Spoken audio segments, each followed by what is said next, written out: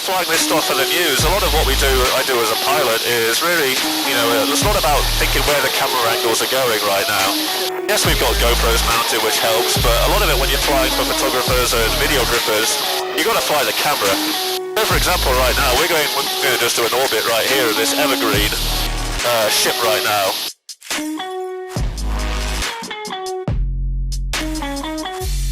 Hi everyone, it's Alex with Anthelion Helicopters. Welcome to our YouTube channel, and hope everyone's doing well. So today we're actually going to come up with a different idea, because not only am I one of the owners of the helicopter company, but I also co-own a local news and media production company with this gentleman sitting in the back here, Ryan. And so what we actually want to do today is actually talk a bit about, as helicopter pilots, how do we fly the helicopters with regards to the news. And this is a local news company, so different to national news, but the principles are still the same in some regards. So we're going to take you through how we talk. We're actually on live broadcast right now as well to all of our followers on the news channel in the Long Beach area, so it's actually a whole live thing going on. But hopefully by the end of it you'll get an idea of actually what do we do when we're doing orbits, and how do we talk, and what is it like when you're actually trying to fly a helicopter and talk at the same time? Because I'm not a reporter by trade, but that's going to be Danny's job when he gets used to it. But how does it actually work if I've got to fly and talk at the same time and try and make sense of it all? So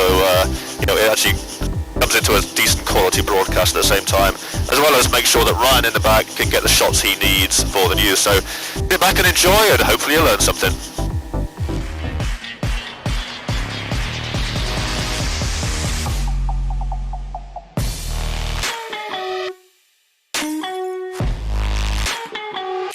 In terms of piloting, I'm going to talk about how we actually do piloting for the news, for the local news here in Long Beach, some of the techniques we do, as well as if I have to actually report as well. See, already we've got some interesting things we haven't got to fiddle with here, where Danny's got to fiddle with the mount, because obviously helicopters vibrate a bit, and the mount wants to move around, so there's always technical, interesting things with what we're doing. So looking at the 405, as we can imagine, the 405 and the 710 intersection is pretty horrendous right now. It's pretty bad on the on-ramp coming onto the 405. That's the 405 southbound from the 710 northbound. But it's a clear day. We were going to do this flight 2 days ago, and when it was just about to have that horrendous little rainstorm come in, and thank goodness we didn't, because it was grey and nasty and crappy, and today is absolutely clear blue 22, and it's a perfect day for flying up here. I can see as far as the horizon will take us right now, so I can see Catalina pretty clearly.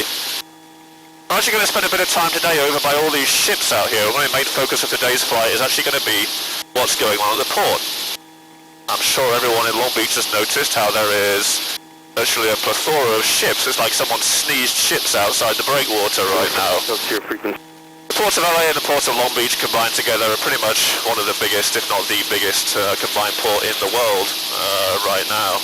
Billions of dollars worth of goods in here at any one time, and it usually go through here. However, COVID has impacted here in so many different ways, and some of them are just being seen right now. 2019 was, at that time, was a record year for the port, and then beginning of 2020, obviously, it was everything ground to a halt. As soon as China stopped exporting, there was, everything around here turned down. I think it was 17% in the first quarter of 2020, which for the port is a huge amount.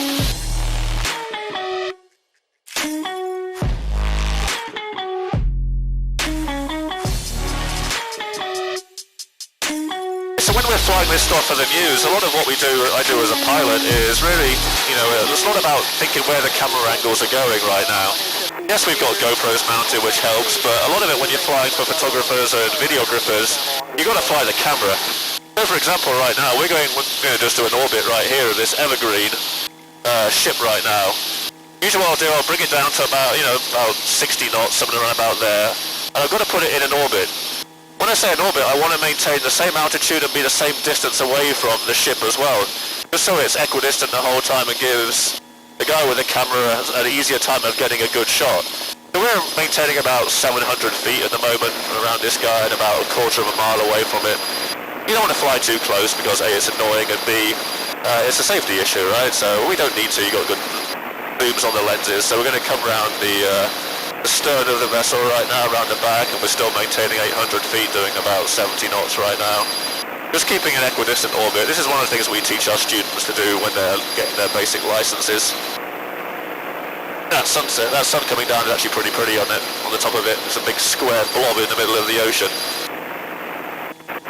And we just continue this round, and depending on what type of target you're doing and how quickly you want to go onto it, which we'll demonstrate in a second, then we can be more abrupt with our movements. But for this kind of shot when we're just looking at the ship itself, then we can be pretty chilled about it when we're going around.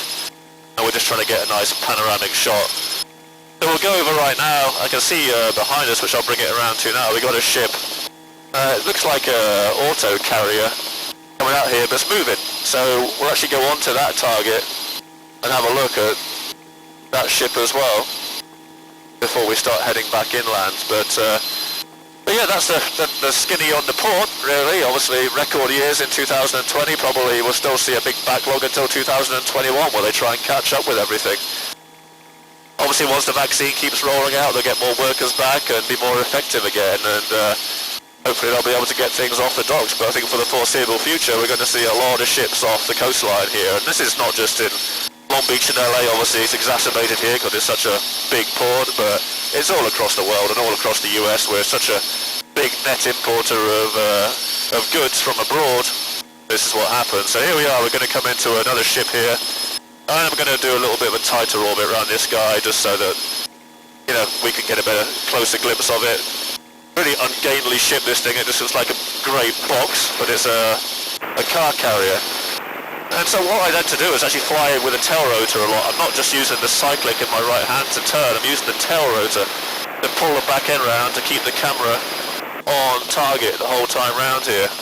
You get a little bit more aggressive with the controls. Again, the main aim is to always keep the target on what you're doing. Oregon Highway in Panama. I guess most stuff is registered to Panama around here for various regulatory reasons. Out there, but hey, if you get your Honda Civic, it probably just dropped your Honda Civic off for you. So we're currently around about, I would say about a mile just to the south of the breakwater right now, probably south of Queensgate at the moment. Now we're just going to go and head back into Long Beach in a bit and just chat a bit more about Long Beach and recap on what else is going on.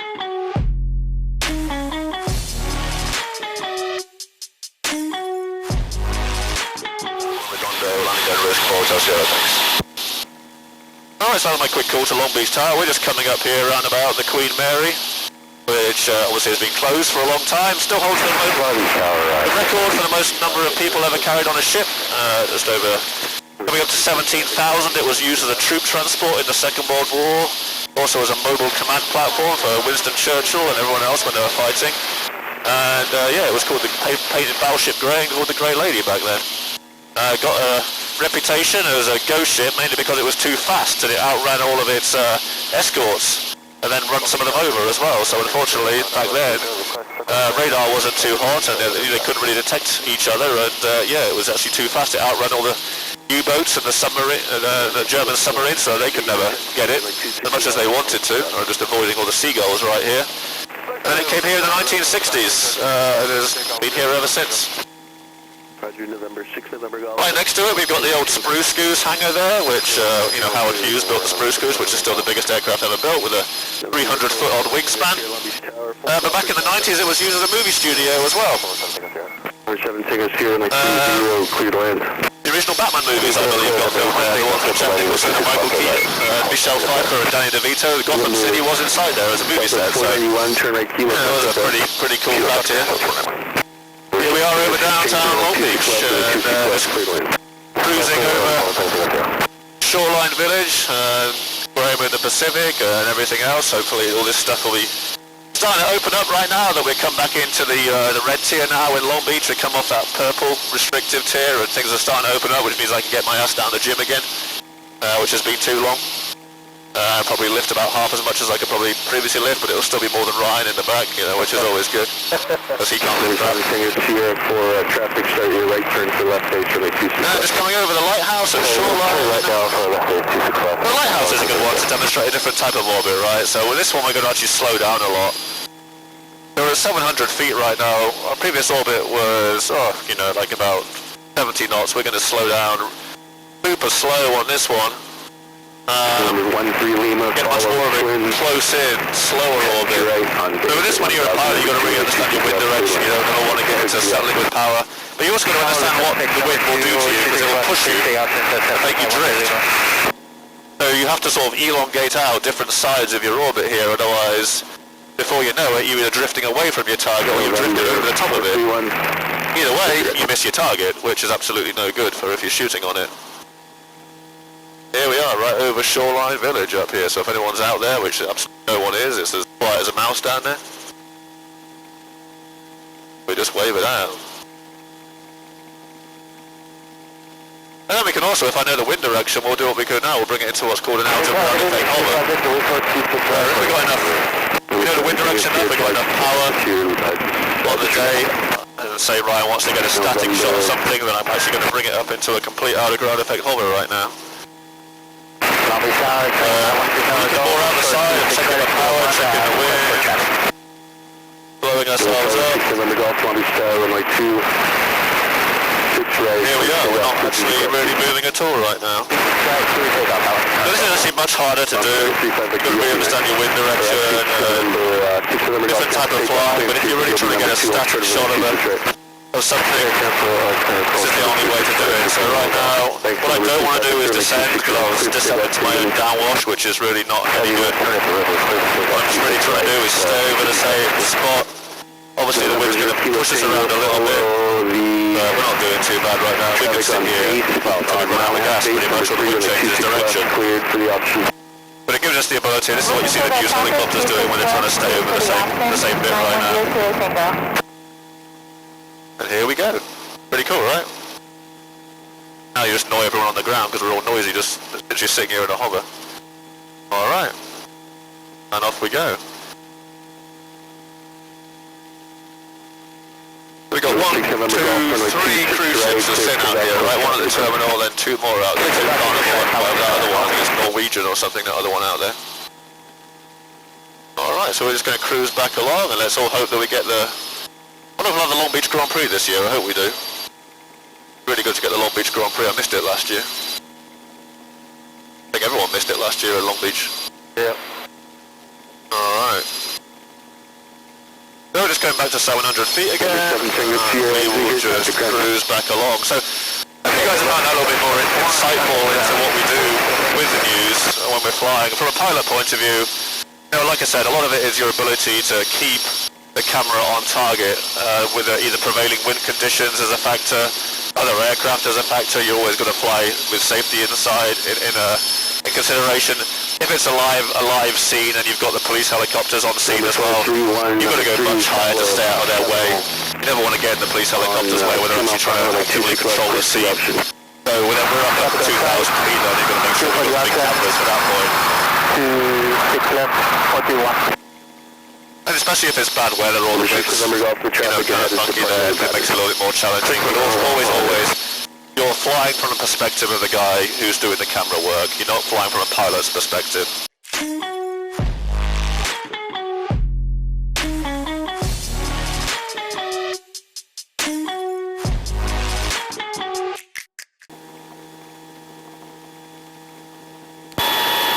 Hotel Sierra, just crossing the town now, we'll cross 26 left at 500. Hotel Sierra, heavy clear land. Clear land for Hotel Sierra, thank you. Any routes will be gunners. Hotel Sierra. Alright, just bringing us into land right now. We've got to cross all active runways here at Long Beach at 500 feet, which is a little bit challenging. Just because then we come into an extremely steep approach, as you can now see, coming across. 26 left here, got 30 ahead of us. And so essentially I'm slowing down to like 30 knots, maybe less right now, and bringing us into a very tight left-hand turn, so we're pretty much stopped right now, and we're just starting to descend. Big trick of helicopter pilots when not getting into something which we call settling with power, which is a massive, massive danger to helicopters if you don't not aware of your wind direction actually and what it is.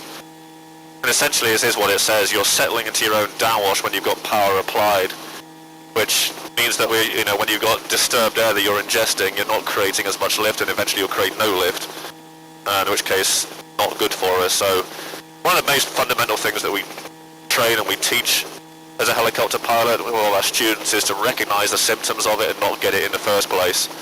But you're always having to manage it depending on what type of flying that you're doing. And actually right then you can feel that vibration. That's actually us starting to adjust our own downwash as we get close to the ground and increase this vibration. So that's one of the big indicators for us that we're getting close to that settling with power. So that's when we don't want to descend anymore, and it's those sort of things that give us cues as pilots with what we're doing to not get into a situation that we don't want to get into.